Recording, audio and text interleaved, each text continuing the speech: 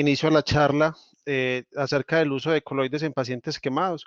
Mi nombre es Jason Andrés Espinal Cárdenas, soy residente de Medicina de Urgencias de la Universidad de Antioquia. Mi asesora fue la doctora Laura Salgada, también urgentóloga de la misma institución. Entonces, este va a ser el contenido que vamos a desarrollar. Vamos a hablar de una introducción, epidemiología, fisiopatología, manejo inicial, línea del tiempo y evidencia. Finalmente vamos a responder unas preguntas: con qué, a quién, cuánto y en qué momento, y las conclusiones. Entonces, ¿cómo se define una quemadura? Es una lesión aguda de la piel o tejidos relacionados que se da por un cambio brusco de la temperatura y que concluye en lesión total o parcial de las células. Generalmente, cuando una piel normal se expone a una temperatura de 40 grados, puede estar sin daño durante 6 horas, pero a medida de que se aumenta la temperatura, pues hay aumento del riesgo de lesión del tejido, y cuando se expone a una temperatura aproximada de 60 grados, pues la lesión celular es inmediata. Va a haber muerte celular, secuestro de proteínas, secuestro de líquidos, y va a haber una respuesta inflamatoria, no solamente local, sino a nivel sistémico. Entonces, cuando vamos a clasificar las quemaduras, entonces todos sabemos de que eso se clasifica por grados. La quemadura de primer grado es la superficial, o que solamente compromete la epidermis.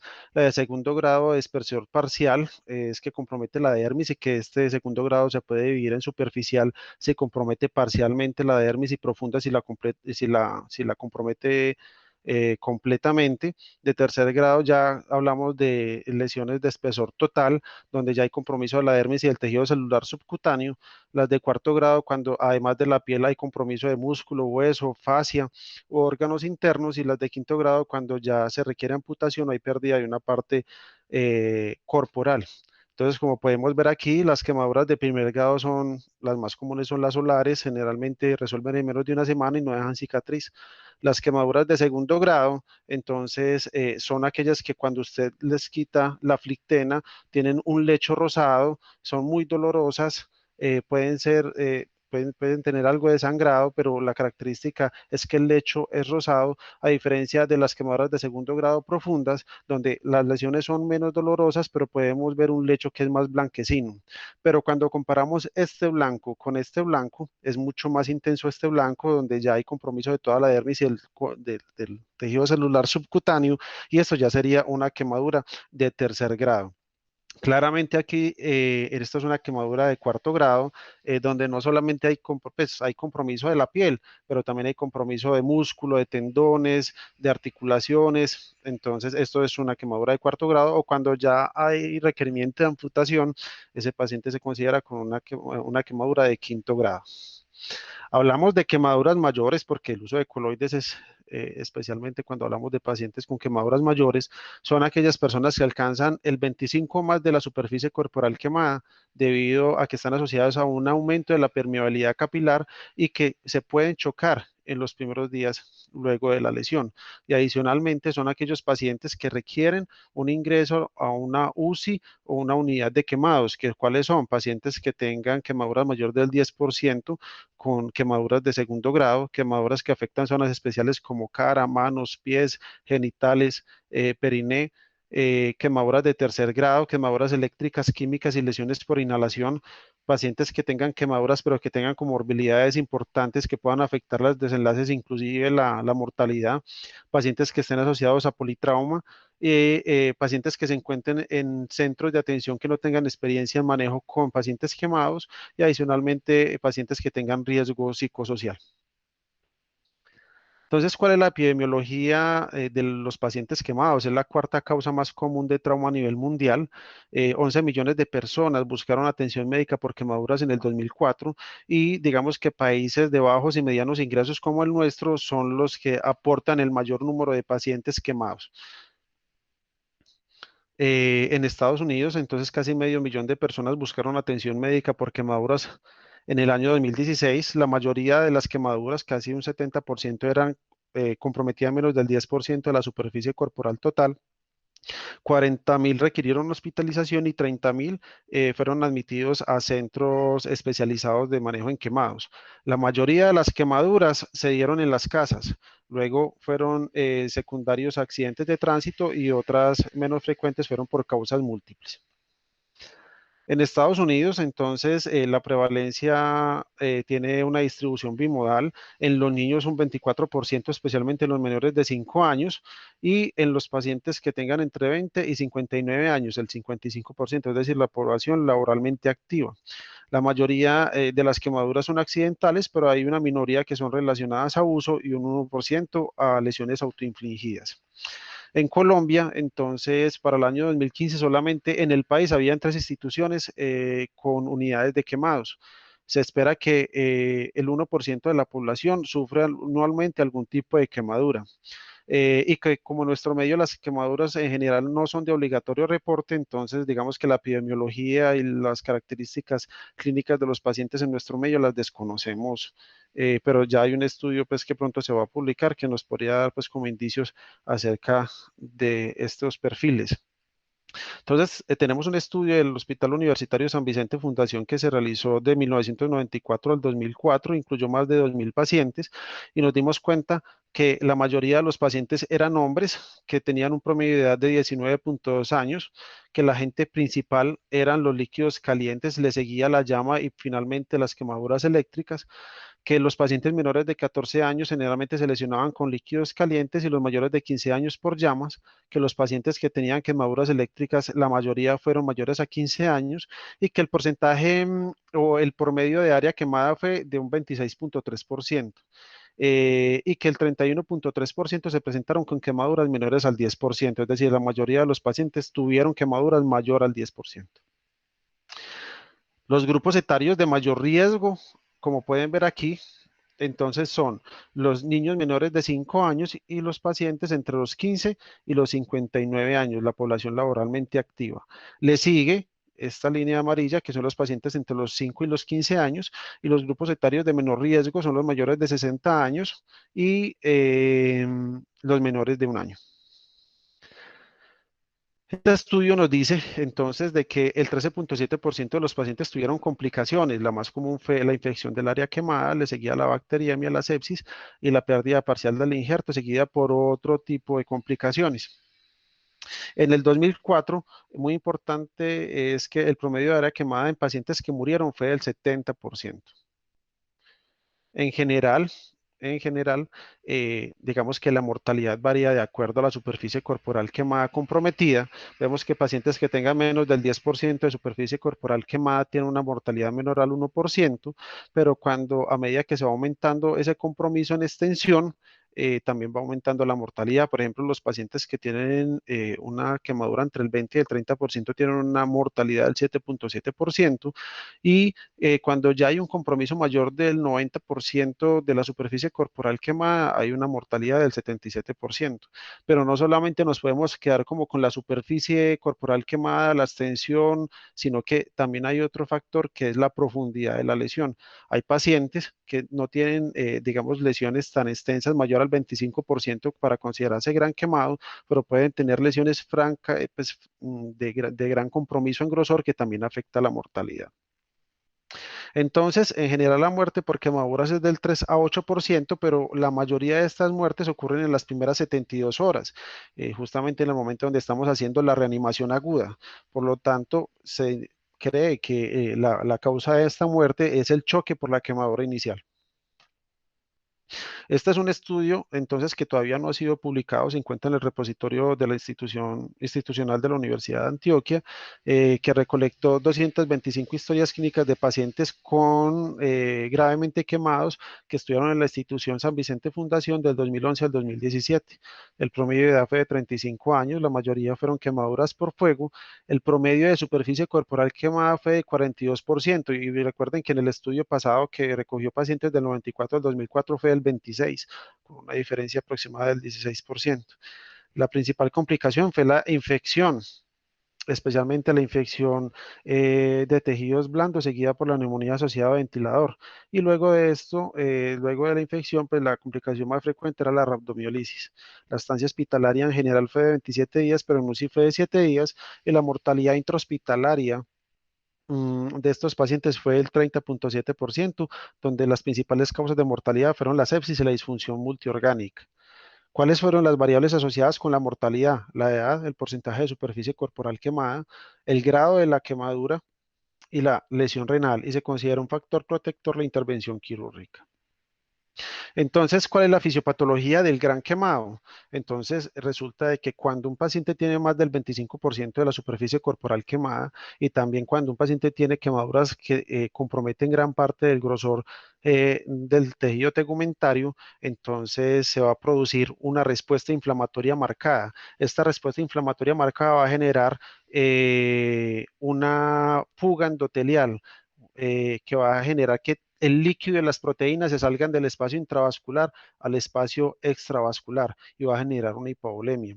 Y resulta de que sí, se está saliendo entonces plasma y proteínas, pues pongámosle líquidos, pero el reemplazo de líquidos solo no disminuye los efectos del choque. Entonces hay que también saber de que no nos podemos pasar de los líquidos, hay que darle los líquidos suficientes a los pacientes.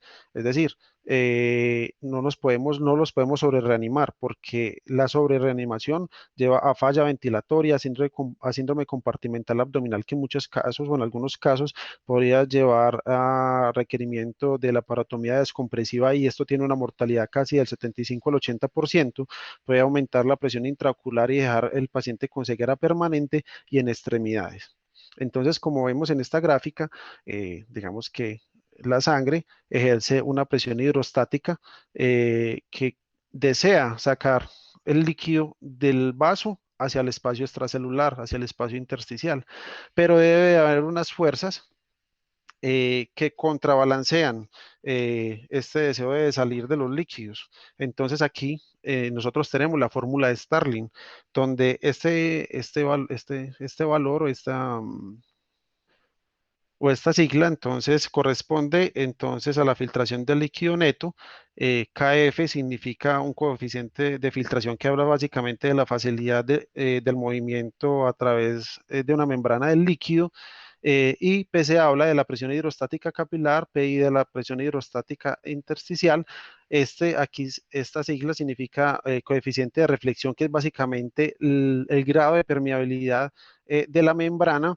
Esto se puntúa de 0 a 1. 1 es una membrana totalmente impermeable a proteínas y a líquidos y 0 es algo una membrana que no pone resistencia al paso de líquidos ni de proteínas sin importar el tamaño.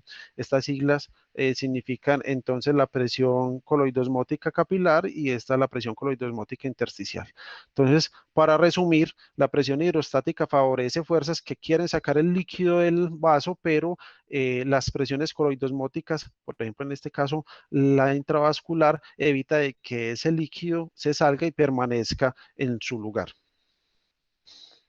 Entonces, cuando un paciente se quema, hay que saber de que en el área quemada pues, hay una respuesta inflamatoria local que va a favorecer una fuga capilar y va a favorecer la salida de líquidos y de proteínas a través de ese hueco que hay en ese lugar quemado. Y eso va a llevar a una hipovolemia y a una hipoproteinemia.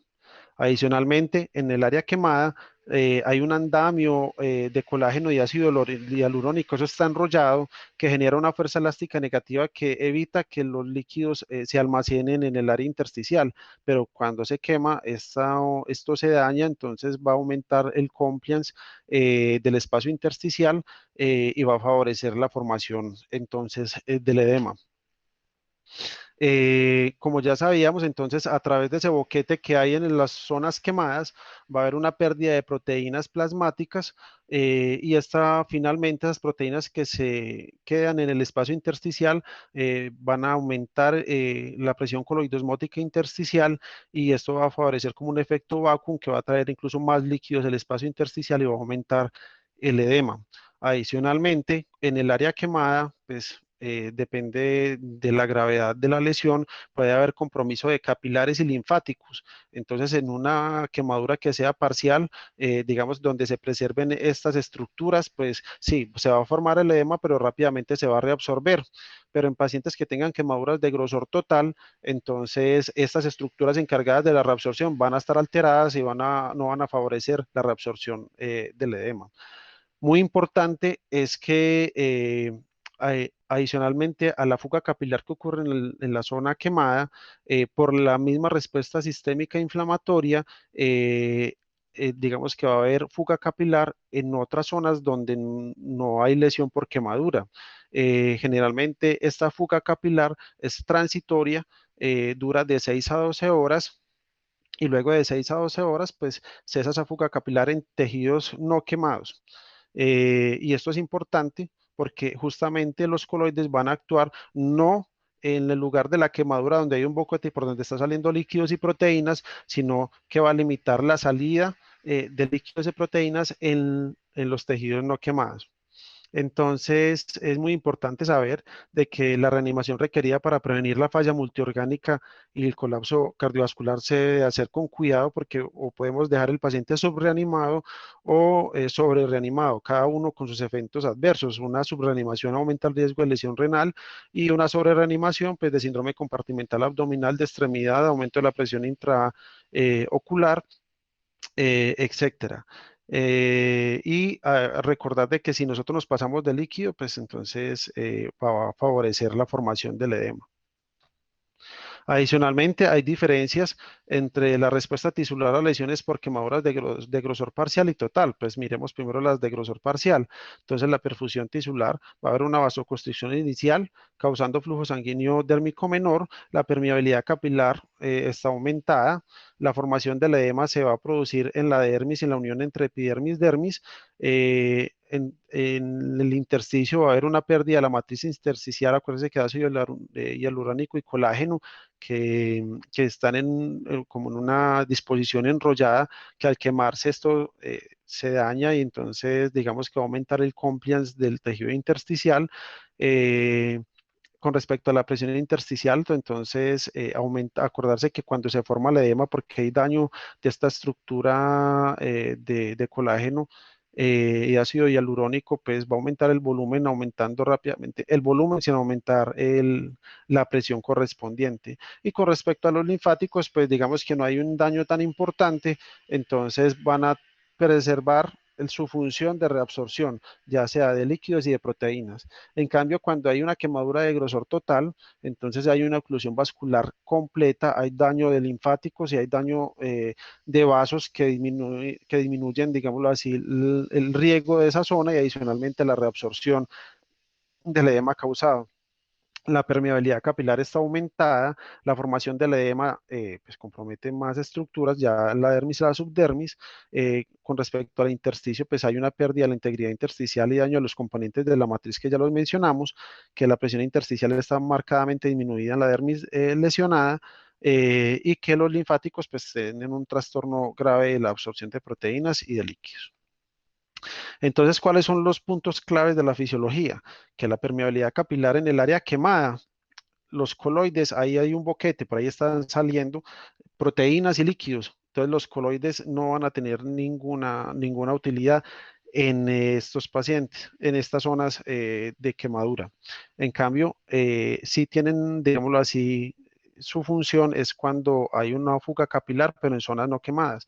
Entonces hay un trastorno sistémico menos grave y transitorio de la permeabilidad, generalmente que duran de 6 a 12 horas y que se desarrollan los tejidos blandos no quemados. Pero el flujo de líquido de acumulación del edema son debido a hipoproteinemia luego de estas 12 horas y una presión coloidosmótica intravascular reducida. Y entonces los coloides limitan la formación de edema en los tejidos blandos no quemados y disminuyen el volumen de reanimación requerido y una restauración más rápida del gasto cardíaco. Entonces nosotros siempre tenemos que pues, sopesar, darle los líquidos necesarios al paciente, pero sin que nos vayamos a pasar. Entonces, ¿cuál es el manejo inicial del paciente gran quemado antes de dedicarnos a hablar solamente de coloides? Entonces, primero, valorar si el paciente requiere o no una intubación orotraqueal, la valoración de la vía aérea.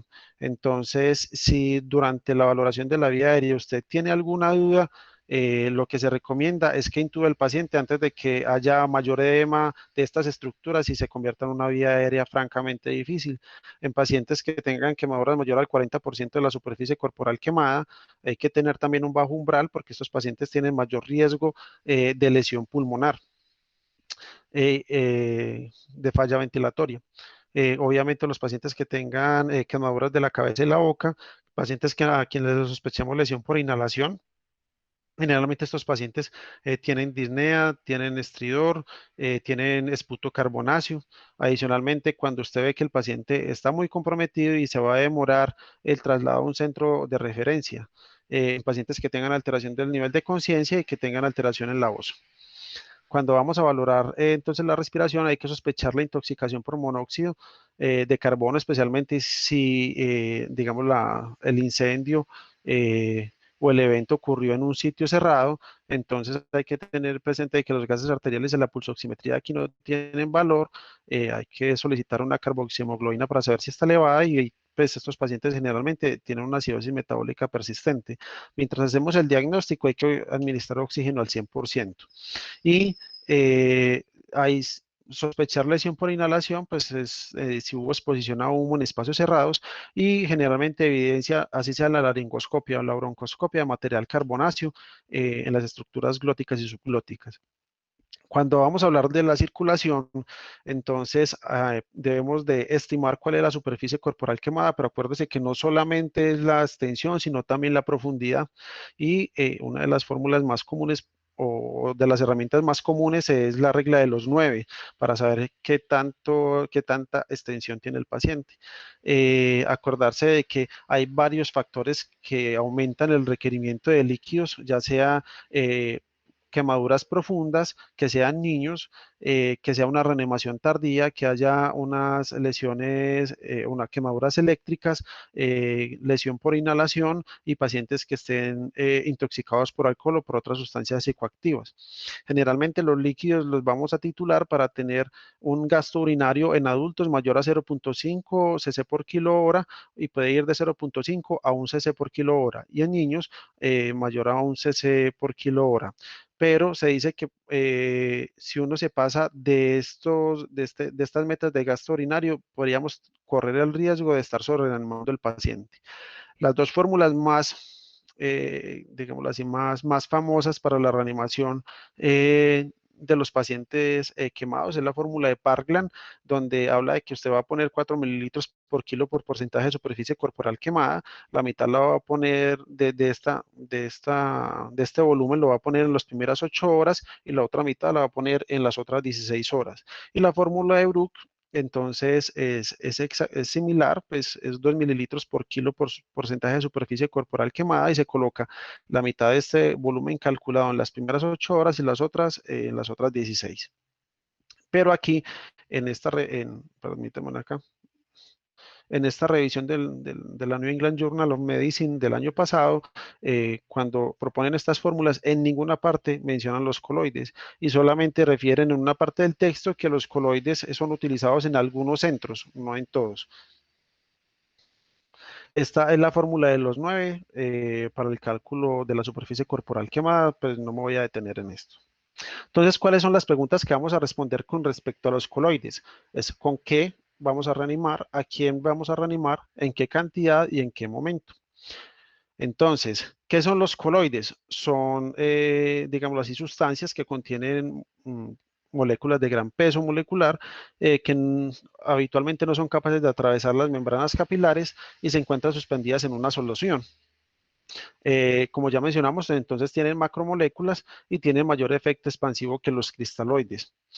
Aumentan la presión coloidosmótica intravascular, entonces al aumentar la presión coloidosmótica intravascular va a reducir el deseo del líquido intravascular por su presión hidrostática de salir del espacio intravascular al intersticial. Expanden el volumen, disminuyen los requerimientos de cristaloides y limitan el edema en el tejido no quemado. Los más comunes en este momento entonces es la albúmina humana y el plasma fresco congelado.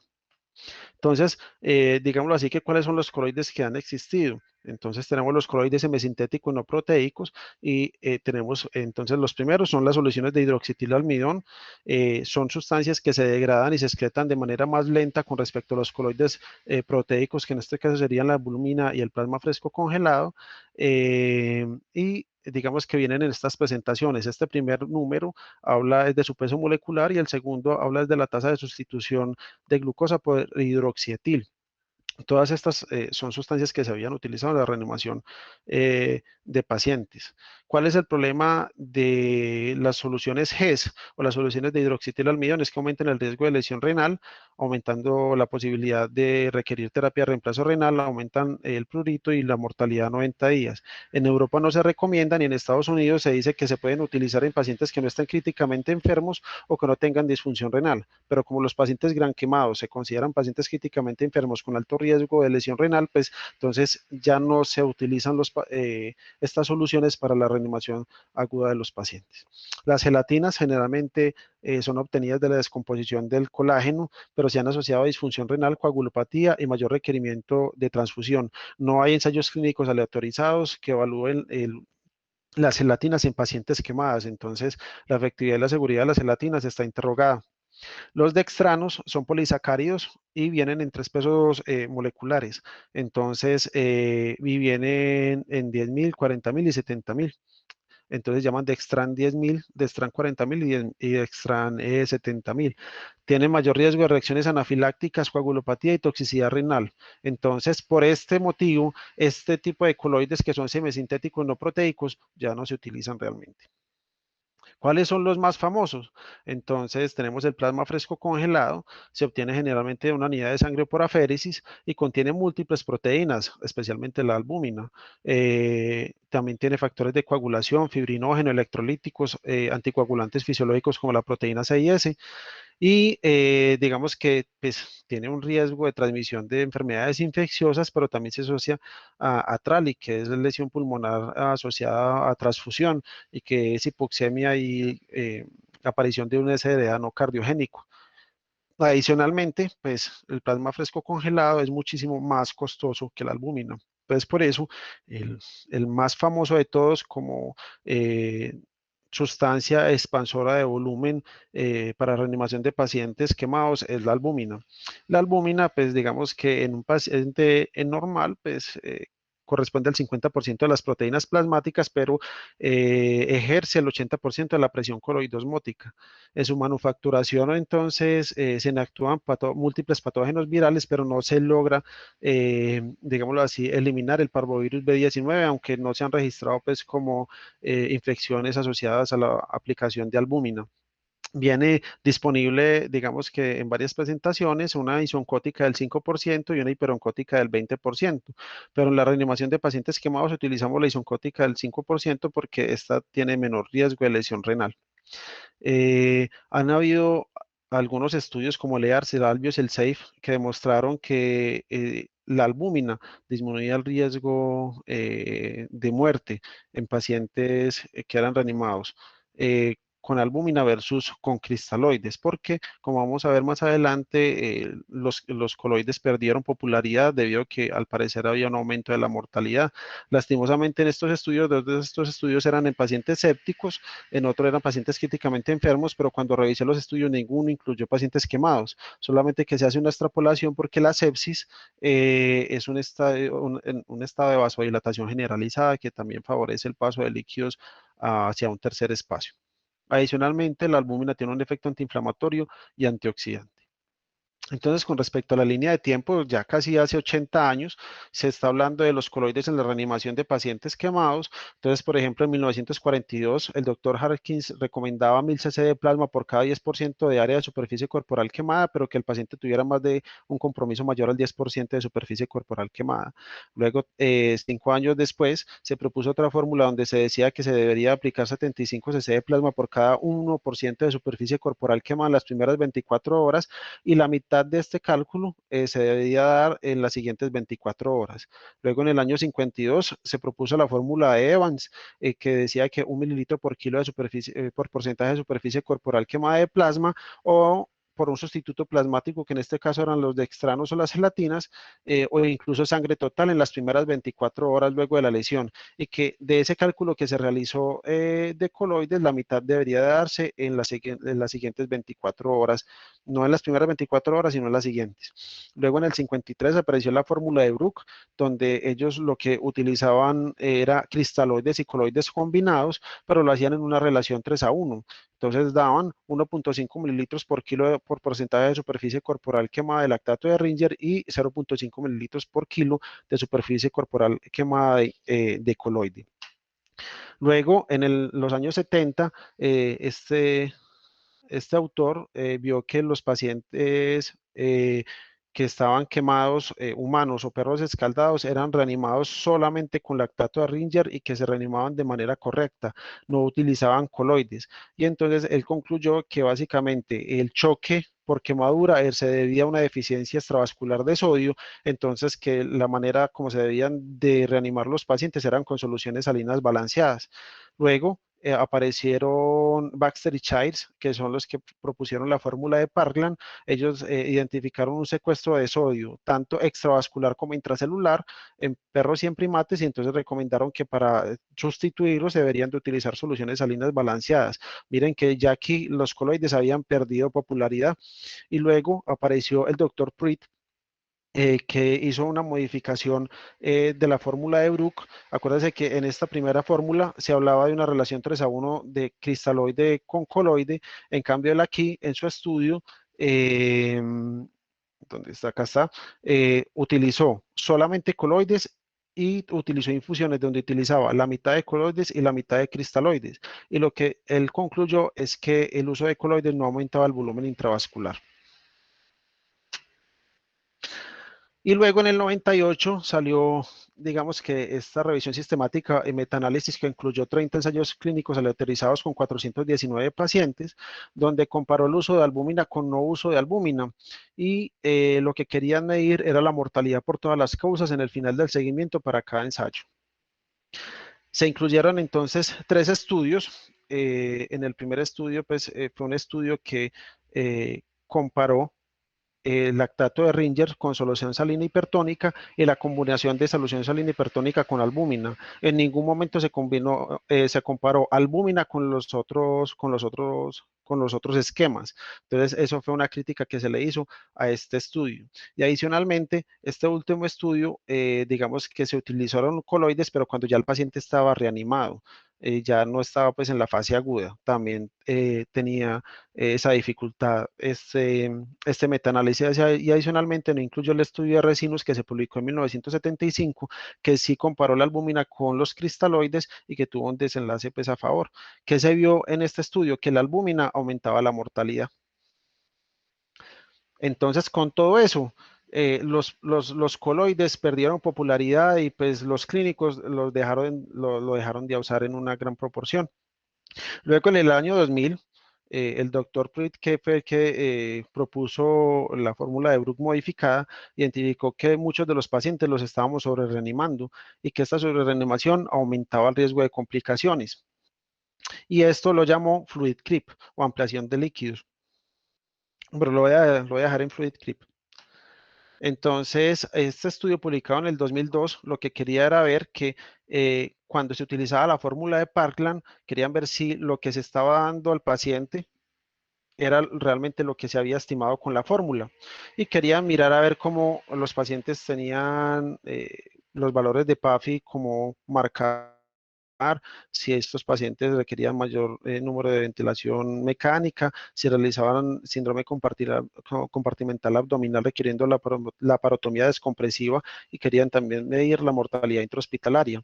Ellos reanimaron con lactato de Ringer y en ningún momento utilizaron coloides. ¿Cuáles fueron los criterios de inclusión? Que tuvieran una superficie corporal quemada mayor al 15% y que los líquidos endovenosos hayan sido iniciados en las primeras 6 horas, que no hayan sido iniciados después, porque acuérdense que uno de los factores que aumenta el riesgo de utilizar más líquidos es la reanimación tardía. Y también excluyeron pacientes que tuvieran lesiones por inhalación porque también requieren mayor número de líquidos, mayor volumen de líquidos, quemaduras eléctricas, reanimación tardía, politrauma asociado o que no tuvieran registros completos o que fueran pacientes para cuidado paliativo. Entonces, ¿qué se vio? Ellos, digamos que dividieron las primeras 24 horas en 3 secciones, las primeras 8 horas, las segundas 8 horas y las terceras 8 horas. Y entonces, ¿ellos qué vieron? Que cuando ellos estimaron un volumen con la fórmula de Parland de 4.113 mililitros. y que lo que se le dio a los pacientes fue algo similar, no fue estadísticamente significativo. Pero cuando se vio las segundas 8 horas, miren la diferencia, que el volumen estimado fue de 2.057 mililitros, pero finalmente a los pacientes se les dio 4.651, al igual que en las terceras 8 horas, donde se estimó un volumen de 2.057, pero se terminó dando 4.338 mililitros. En estos dos sí había una diferencia estadísticamente significativa. Adicionalmente, ellos consideraron dos grupos, un grupo de pacientes que luego de las 8 horas requerían menos líquidos y un grupo de pacientes que luego de las 8 horas requerían mayor volumen de líquidos.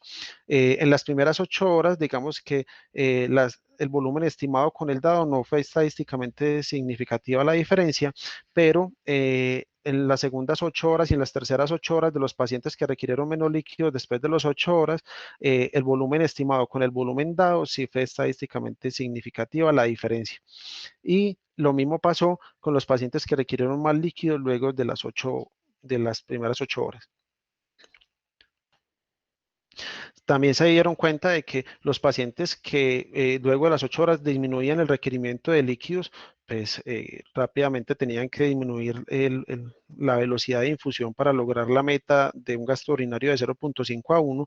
En cambio, los pacientes que requerían más líquidos luego de las 8 horas, pues se requerían mayor volumen de infusión para mantener, digámoslo así, la meta de un gasto urinario de 0.5 cc por kilo hora a 1. ¿Sí? La característica de este estudio es que los pacientes que tenían aumento de la necesidad de líquidos después de las 8 horas estaban más enfermos, con mayor extensión de la quemadura y mayor compromiso del grosor o profundidad de la quemadura. ¿Qué se vio? Que en los pacientes que no sobrevivieron, uno de los factores de riesgo para mortalidad fue la edad, y adicionalmente de los pacientes que no sobrevivieron, pues también uno de los factores de riesgo fue que se les dio más líquidos de los calculados. Entonces, los pacientes en los que se requirió más líquidos luego de las 8 horas de la reanimación, tenían más días de ventilación mecánica, una PAFI más baja, síndrome compartimental abdominal más frecuente y mayor mortalidad en comparación con el grupo en que la infusión se disminuyó, sin haber diferencias estadísticamente significativas, y no hubo casos de falla renal. Adicionalmente, otros estudios evaluaron los casos de sobrereanimación, y podemos ver este estudio del 98 donde se vio que los líquidos estimados por la fórmula de Parland se sobrepasaron francamente, y posiblemente hubo sobrereanimación en el 100% de los pacientes en este estudio, en el 58% de los pacientes en el estudio de ENGRAF, en el estudio de IBI. Casi el 90% de los pacientes tuvieron más líquidos de los estimados por la fórmula de Parkland, el 84% en el estudio de Caroto y el 63% en el estudio de Cancio. La fórmula de Parkland, cuando se hizo en los estudios por allá en 1970, él dijo que el 70% de los pacientes se quedaban bien reanimados con una tasa pues, de infusión de líquidos de 3.7 mililitros por kilo por porcentaje de superficie corporal quemada, de 3.7 a 4.3. Y mire que aquí se sobrepasaba porque llegábamos a 5.2, a 9.36, a 6.7, a 6.1. Entonces digamos que había mayor riesgo de sobrereanimación, y que esa sobrereanimación pues tiene unas consecuencias que ya las hemos mencionado, que podrían incluso comprometer mortalidad. Entonces se creyó que una de las variables o de las causas posibles de este fluid creep o de este riesgo de sobrereanimación es la restricción o no dar coloides. Adicionalmente, que nosotros los clínicos tendemos a hacer extrapolaciones como por ejemplo, bueno, el paciente quemado es muy similar al paciente con trauma. Entonces, si el paciente está hipotenso, le ponemos bolos o le ponemos líquidos a chorro, y acuérdense que este paciente tiene una fisiopatología totalmente diferente. Por eso es que en muchos de los pacientes nosotros los sobrereanimamos, incluso utilizamos mucho más de los líquidos de lo que se estimó por las fórmulas de reanimación más conocidas. ¿Cuáles son las complicaciones entonces del fluid creep? Entonces el síndrome compartimental abdominal, el síndrome compartimental del miembro, el edema facial y de la vía aérea, el derrame pleural y la falla cardiopulmonar. Adicionalmente, también tenemos el índice de IBI, que es que hay riesgo de sobrereanimación y de todas estas complicaciones si se sobrepasa más de 250 mililitros por kilo al día, o si se sobrepasa más de 6 mililitros por kilo por porcentaje de superficie corporal quemada a día. ¿Sí? ¿Y cuáles son los pacientes que tienen mayor riesgo porque requieren mayor volumen de líquido, los pacientes que tengan lesiones de la vía aérea por inhalación, pacientes con quemaduras eléctricas que estén asociados a politrauma, que tengan una reanimación tardía, que tengan gran compromiso en extensión o profundidad de la quemadura y que están asociados a consumo de alcohol o sustancias psicoactivas. Entonces, ¿a quién nosotros le vamos a dar coloides? Al paciente gran quemado. Entonces, acuérdese que generalmente se define como un paciente con una superficie corporal quemada mayor al 25%. Y cuando usted durante la reanimación estima que el volumen de cristaloides actual o proyectado va a ser excesivo, teniendo en cuenta las complicaciones de la sobrereanimación. Es decir, por ejemplo, un paciente que usted lo tenga a 1000 cc hora con los líquidos de volumen, o sea que al día va a recibir aproximadamente 24.000 mililitros o 24 litros. Ese paciente tiene muchísimo riesgo de complicación, entonces usted debe pensar en alguna herramienta o en algo para intentar ahorrar toda esa cantidad de líquidos y evitar el riesgo de la sobrereanimación. ¿En qué cantidad? Pues lastimosamente, aquí le señalo, todo el mundo ha hecho lo que ha querido, han utilizado diferentes fórmulas, por ejemplo, aquí pues, se utilizan plasma fresco congelado, aquí utilizan plasma, pero vamos a hablar específicamente de la albúmina. Entonces ellos diluyen la albúmina en lactato de Ringer y el volumen, digamos que utilizaban albúmina al 2.3%, en este utilizaban albúmina al 1.25% diluido en solución salina hipertónica, aquí utilizaban albúmina al 2.5% el lactato de Ringer para alcanzar un gasto urinario de 30 a 50 mililitros hora, y aquí utilizaban albúmina por una vena y utilizaban lactato de Ringer por otra. Por una vena utilizaban albúmina 2 mililitros por kilo por porcentaje de superficie corporal quemada con albúmina al 5%, y por la otra vena utilizan entonces lactato de Ringer a 2 mililitros por kilo de porcentaje de superficie corporal quemada. Entonces, digamos que no hay una fórmula mágica que nos ayude a decir, ah, bueno, esta es la fórmula que vamos a utilizar, pero eh, y adicionalmente podemos ver que tenemos otros esquemas para la aplicación de albúmina, es decir, que por ejemplo si tenemos una velocidad de infusión de 1000 cc hora para un paciente gran quemado, entonces lo que se hace es que usted calcula un tercio de eso, que eso aproximadamente da 330, se lo quita el lactato de Ringer y eso lo sustituye por albúmina. eh, y se lo empieza a dar, continúa a 1000 cc hora y a medida que usted vaya alcanzando la meta del gasto urinario, pues va reduciendo el volumen tanto de la albúmina como del lactato de Ringer de manera proporcional. En otros estudios no se ha descrito, digamos, qué cantidad dar, y aquí, por ejemplo, en este estudio lo que se utilizó fue que quitaban, digamos que los cristaloides estaban a 500 cc hora con lactato de Ringer, quitaban el lactato de Ringer y ponían la albúmina diluida eh, y lo dejaban a la misma tasa de infusión. Pero entonces yo les traigo pues como una propuesta de cómo podríamos utilizar la albúmina en los grandes quemados. Entonces lo que podemos hacer es que la ampolla de albúmina viene en 50 mililitros y viene al 20%. No, acuérdense que nosotros no utilizamos para reanimar quemados al 20%, sino al 5%. Entonces lo que podemos hacer es diluirla en 150 cc de solución salina o de lactato de Ringer, y esto me va a hacer que en 200 mililitros haya albúmina al 5%. Otra cosa que podemos hacer es para que no se nos acabe muy rápido, es utilizar 5 ampollas de albúmina en 1000 cc de solución salina o lactato de Ringer. Entonces, como vamos a ver más adelante, hay algunos autores que proponen el inicio de coloides de manera temprana, es decir, el paciente llega quemado y le inician el coloide de una vez. Esto es, incluso en el Hospital San Vicente Fundación utilizan este esquema y lo inician de una vez, y hay otros autores que lo utilizan de manera tardía. Entonces, luego de 8 o 12 horas. Entonces, si lo vamos a iniciar de una, entonces vamos a utilizar la fórmula de Brook con una relación 1-3, 3 para cristaloides y 1 para coloides. Entonces, como vamos a utilizar albúmina al 5%, entonces vamos a utilizar 0.5 cc por kilo por porcentaje de superficie corporal quemada para 24 horas de albúmina, y vamos a utilizar 1.5 cc por kilo por porcentaje de superficie corporal para 24 horas de lactato de Ringer. Si un paciente entonces pesa 70 kilogramos, entonces por fórmula de Brook el paciente va a requerir para 24 horas 9.800 o por fórmula de Parlan va a requerir 19.600. Recordar de que hay riesgo de sobreanimación si uno sobrepasa el índice de IBI de más de 250 mililitros por kilo día, es decir, 17.500. O sea que cuando utilizamos la fórmula de Parlan podríamos estar sobrepasando este índice de IBI. Entonces, de acuerdo a estos cálculos, nosotros vamos a calcular 3.300 de albúmina para 24 horas y esto quedaría 137 cc hora de albúmina al 5% y 6.500 de lactato de Ringer para 24 horas, es decir, 270 cc hora. Esto lo vamos a titular para alcanzar un gasto urinario aproximadamente de 0.5 a 1 cc kilo hora. Y si no vamos a iniciar la albúmina de entrada, sino que lo vamos a utilizar ya cuando el paciente tenga 8 o 12 horas de quemadura, entonces vamos a hacer la misma dilución, pero digamos que vamos a mirar a qué velocidad de infusión venía el paciente con los cristaloides. Por ejemplo, si un paciente venía recibiendo 1000 cc hora, entonces sabemos de que va a recibir en el día 24.000 mililitros. Eso claramente sobrepasa para un paciente de 70 kilogramos más de 250 mililitros por kilo día. Entonces lo que vamos a hacer es que de esos 1000 cc que le estábamos dando ahora, vamos a reemplazar un tercio por la albúmina al 5% y los otros 2 tercios los vamos a dejar con lactato de Ringer.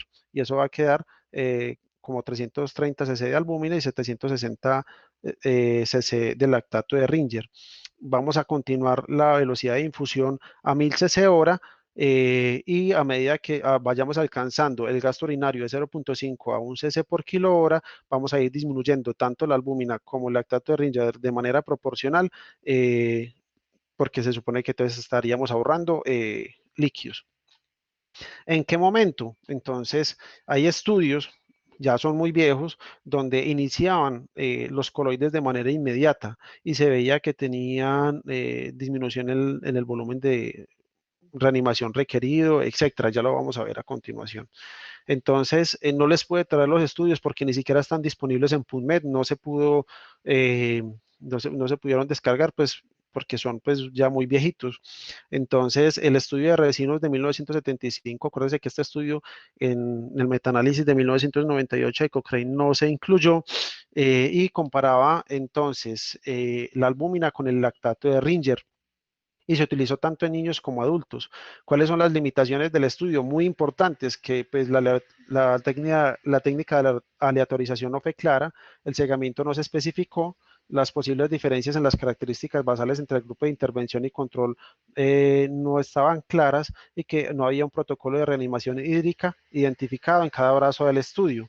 ¿Pero qué se vio? Que digamos que el volumen de líquidos requeridos tanto en niños como en adultos fue significativamente menor. En niños, cuando se utilizó albúmina fue de 3.4 mililitros por kilo por porcentaje de superficie corporal para 24 horas versus 5.2 mililitros y en adultos fue de 2 versus 2.9 mililitros, ambos estadísticamente significativos, y que el gasto urinario tendió a ser mayor en el grupo de la albúmina.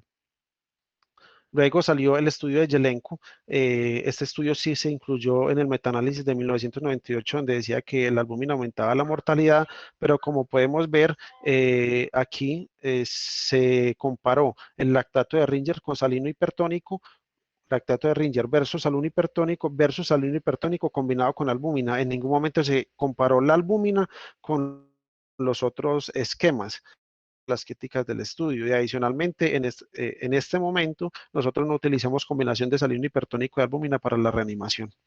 Pero ¿qué se vio? Que los pacientes en los que se utilizó lactato, solución salina hipertónica con albúmina tenían requerimientos de líquidos mucho menores. En este caso sería de 2 mililitros por kilo por porcentaje de superficie corporal para 24 horas, comparado con los otros esquemas donde requirieron 3 y hasta 5.7 mililitros. En los pacientes en los que se utilizó lactato de Ringer, estos pacientes ganaron casi 8 veces más el peso por edema que los pacientes que utilizaron salino hipertónico combinado con albúmina.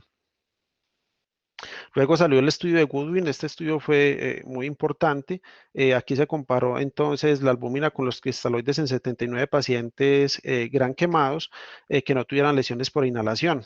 Y ellos que encontraron que los volúmenes de reanimación eran significativamente menores en los pacientes en los que se le utilizó albúmina que la función ventricular izquierda mejoró, especialmente el volumen al final de diástole y el índice cardíaco en las 12 a 24 horas después de la lesión, y que luego de 48 horas este beneficio ya no persistía, y además sugirió que el aumento del agua pulmonar por fuga capilar de la albúmina con posterior efecto osmótico llevaba a retención de líquidos en el espacio intersticial pulmonar con complicaciones posteriores. Este estudio, digamos que hizo que muchos médicos dejaran de utilizar los coloides de manera temprana, pero tuvo varias dificultades, que él no discriminó el número de coloides y cristaloides a que se le dio a los pacientes y si esto fue un factor de riesgo. No discriminó si la sepsis se consideró como un factor de riesgo también los pacientes que fueron ventilados mecánicamente. Entonces, digamos que la calidad metodológica del estudio no era tan buena para hacer este tipo de conclusiones, pero bajo este estudio mucha gente dejó de utilizar los coloides de manera temprana. Y tenemos el estudio de Cooper publicado en el 2006. Este sí es mucho más reciente, pero lastimosamente, pues con las bases de datos de la universidad no se pudo conseguir el artículo. Comparó el lactato de Ringers con el lactato de Ringer más albúmina en 42 adultos con más del 20% de superficie corporal quemada. Y en este estudio no hubieron diferencias en los desenlaces medidos. Con respecto al inicio de diferido, entonces, es decir, que se inició luego de 12 horas, o incluso algunos estudios lo iniciaron luego de 8 horas. Entonces, tenemos este estudio de casos y controles de pacientes hospitalizados con quemaduras mayores al 20% de superficie corporal quemada, y se comparó entonces los pacientes que recibieron albúmina versus controles luego de 12 horas post quemadura. ¿A quienes excluyeron? Los pacientes que sobrevivieron menos de 48 horas o que no fueron resucitados por motivos compasivos. ¿Y qué se vio? Que los pacientes que recibieron albúmina estaban más enfermos porque tenían valores más altos de lactato. Adicionalmente requerían tiempos de reanimación mucho más prolongados, y que requerían volúmenes para reanimación mucho más alto. Significa que el grupo de pacientes en los que se administró albúmina estaban mucho más enfermos, mayor extensión de la quemadura, incluso mayor profundidad de la misma. ¿Sí? También se vio que cuando se utilizaba albúmina, comparado con los controles, pues no había una mayor incidencia de sepsis, pero sí había una mayor incidencia de SDRA. Pero cuando se realizó un análisis multivariado, se identificó que el único factor independiente para desarrollar SDRA era la lesión por inhalación, no la albúmina. Adicionalmente, se vio que la albúmina fue un factor protector en un modelo multivariado de mortalidad para en pacientes gran quemados, con un OR de 0.27, no pasa a la unidad y era pues estrecho el intervalo de confianza. Este otro estudio, entonces, cogió 80 pacientes con superficie corporal quemada mayor al 15% que fueron ingresados a la UCI en las primeras 48 horas luego de la lesión inicial. Se recogieron pacientes del 2000 al 2005, y lo que hicieron fue una revisión de las historias clínicas para todos los casos, y ellos evaluaron el tipo y el volumen de líquidos administrados durante estas primeras 48 horas y, digámoslo así, que hicieron una subdivisión de este tiempo cada 4 horas para el análisis. ¿Y qué se dieron cuenta? Que los pacientes que utilizaron coloides tenían menor riesgo de síndrome compartimental abdominal. En cambio, cuando uno sobrepasaba los volúmenes indicados y llegaba a la sobrereanimación, había un riesgo de casi 8 veces mayor riesgo de desarrollar este síndrome compartimental abdominal, que había una disminución del riesgo de falla renal con el uso de coloides, y que cuando se sobreanimaban los pacientes había mayor riesgo de desarrollar neumonía.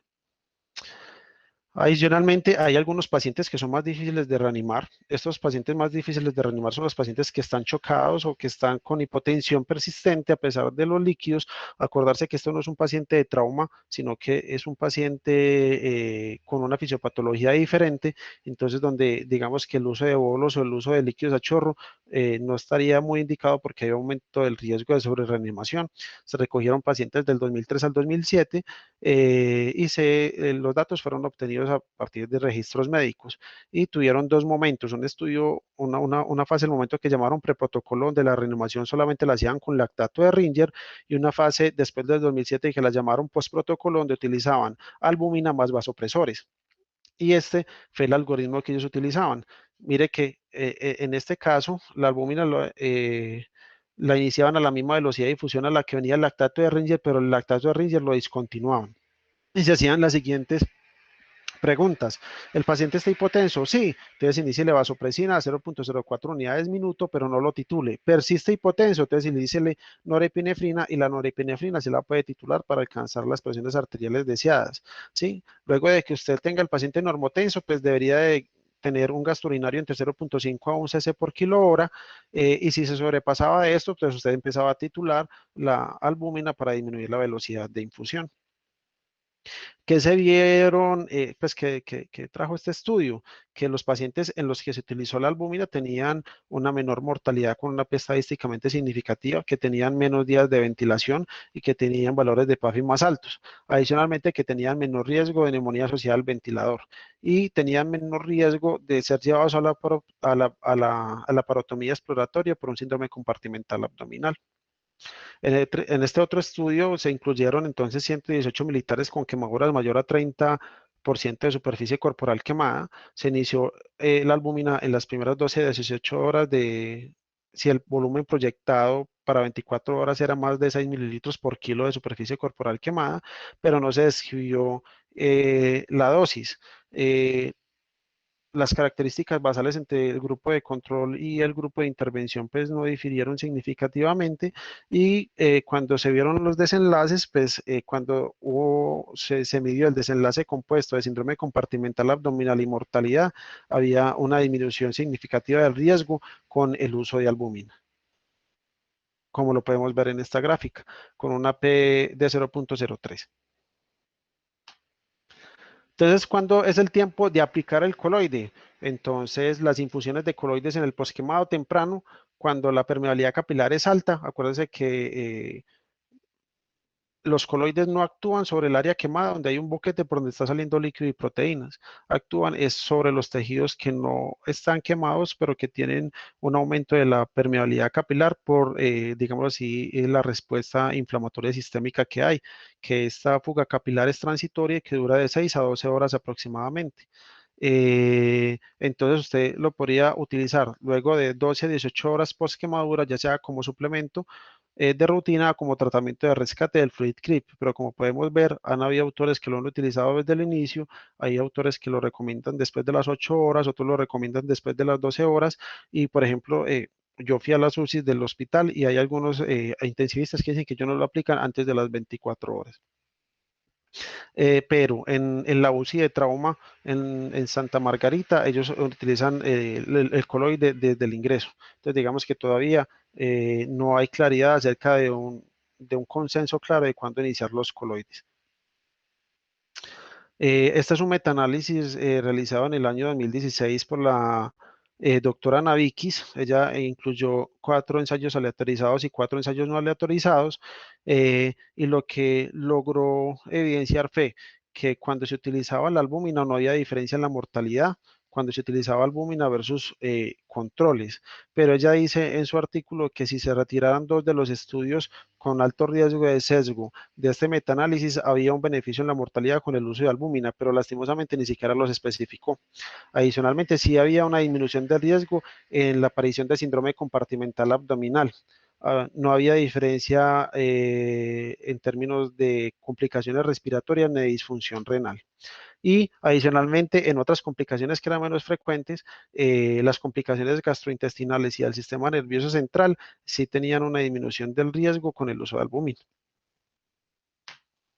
Y este es otro metaanálisis mucho más pequeño, solamente incluyó 4 ensayos clínicos, entonces donde se evidenció que no había diferencia en la mortalidad entre aplicar y no albúmina, pero sí que sí había una diferencia en la disminución del volumen de requerido de líquidos para la reanimación de los pacientes gran quemados. Entonces, ¿cuáles son las conclusiones? Los coloides son una alternativa tentadora debido a su plausibilidad biológica, con estudios recientes indicando que no aumentan la mortalidad. La dosis, el momento de inicio y la composición del coloide aún no se han esclarecido claramente. Los coloides más utilizados son el plasma fresco congelado, pero ya sabemos que la más popular es la albúmina porque es menos costosa, no transmite infecciones virales y adicionalmente no produce trali y hay más evidencia pues, para la albúmina. Y que la sobrereanimación es una realidad con implicaciones para el paciente, por lo que la utilización de coloides como método ahorrador de líquidos es prometedor, lastimosamente con evidencia de baja calidad como soporte. Muchas gracias.